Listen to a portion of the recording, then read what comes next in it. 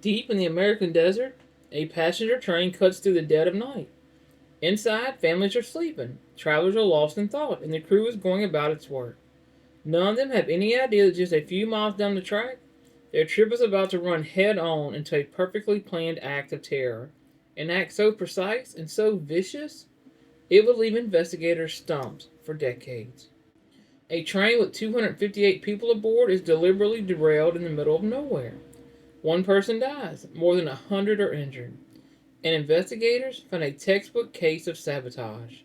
But even after 30 years and a massive reward, the ghost like culprits have never been found, leaving behind one of America's most haunting unsolved crimes. The date was October 9th, 1995. Amtrak Sunset Limited was making its cross country journey from Miami to Los Angeles, a ribbon of light moving through the vast Arizona darkness. On board were 258 passengers and a crew of 20, a little world on wheels.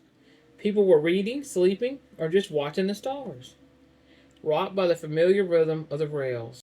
They were in a remote stretch of desert near Paleo Verde, Arizona, 60 miles southwest of Phoenix. It's the kind of place you barely notice.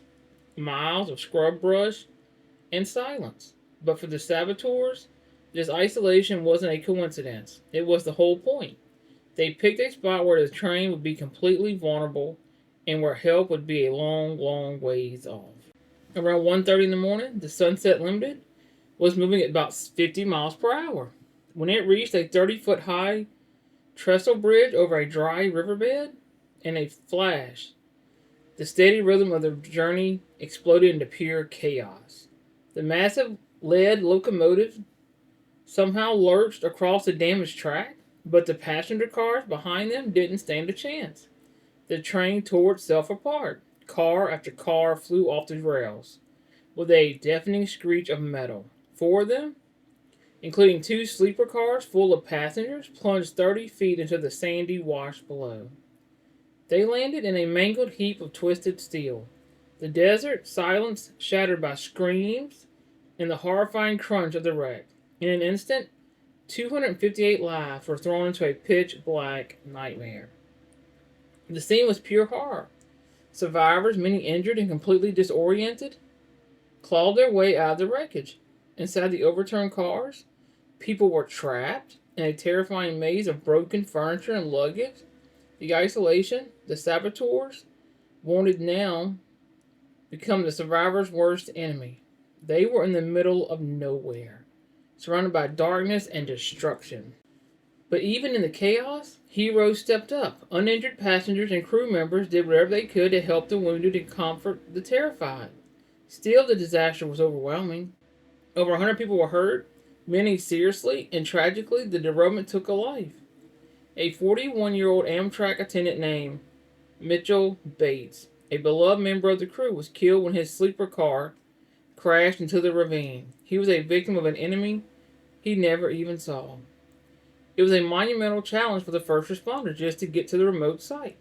When they finally arrived, they found a scene of carnage that looked more like a war zone than an accident. It took hours to get all the injured out, despite a desperate race against time in the heat of the desert. As the sun came up and revealed the full scale of the devastation, FBI and NTSB investigators got to work. It didn't take them long to figure out this was no accident. The evidence of deliberate, calculated sabotage was both undeniable and chilling. The perpetrators had chosen their spot like experts.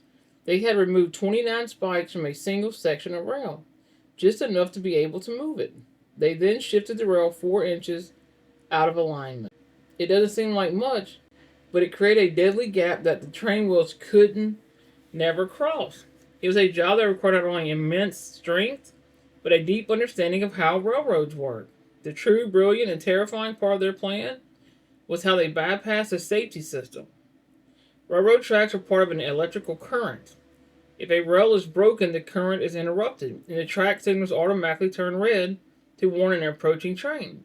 The saboteurs knew this. To get around it, they connected the separated rail ends with a heavy wire. This jumper wire fooled the system into thinking the track was complete. The signal stayed green. The crew of the Sunset Limited had no warning at all. They were sent flying into a trap at full speed. Finding out people's sabotage was a shock, but what investigators found next made the crime even stranger. Near the wreck, they found 4 typewritten notes. A passenger named Neil Hallford even picked one up. The notes were rambling, anti-government rants attacking federal law enforcement for the events at Waco and Ruby Ridge, and they were all signed by a group no one had ever heard of, the Sons of the Gestapo. The name was sinister, but the group itself was a ghost. There is no record of the Sons of Gestapo, or SOG, ever existing before this attack, and they've never been heard from since. This has led most investigators to believe the notes were a red herring, a deliberate misdirection to send the FBI on a wild. Was it a real extremist group, or was it a lone wolf trying to sound bigger and more organized than they really were? It's a question that still haunts the case. In response, the FBI launched one of its biggest investigations ever, codenamed Split Trail. This was seen as a direct attack on the nation's infrastructure, and the pressure to find the people responsible was intense. Hundreds of agents fanned out across the country, chasing down every possible lead. A reward was offered, which eventually grew to $310,000 for more information, leading to an arrest. The reward is still active today. The FBI interviewed everyone from disgruntled railroad workers to members of the known anti-government militants. They scoured the Sons of the Gestapo notes for clues, but every single lead went cold. The culprits had picked their spot perfectly and executed their plan without a single mistake, and then they simply vanished back into the desert, leaving almost nothing behind. Despite the massive effort, the investigation has never been able to name a concrete suspect. A few theories and persons of interest have surfaced over the years, but they all remain just that, theories. An early lead pointed to a railroad salvage executive named John Ernest Olin, who had a history of conflicts with railway companies. Federal agents raided his property, but John denied being anywhere near the site and was eventually let go. Another theory explored connections to the Aryan Republican Army, a white supremacist group active at the time. One of its members, Richard Guthrie, reportedly talked about forming cells to sabotage trains, making a plausible, though unproven, link.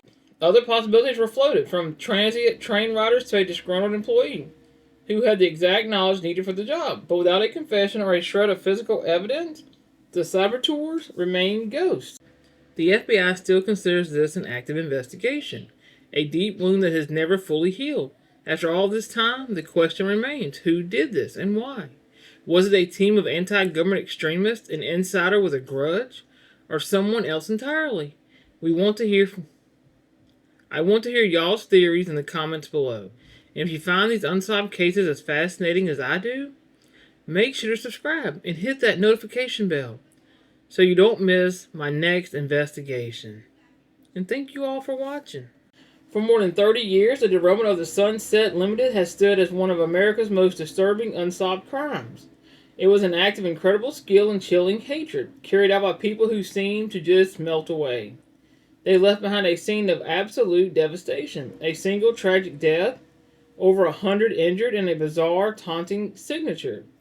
The case is a stark reminder that sometimes the most terrifying monsters aren't the ones we know, but the faceless ghosts who step out of the darkness, cause unimaginable pain, and disappear right back into the silence.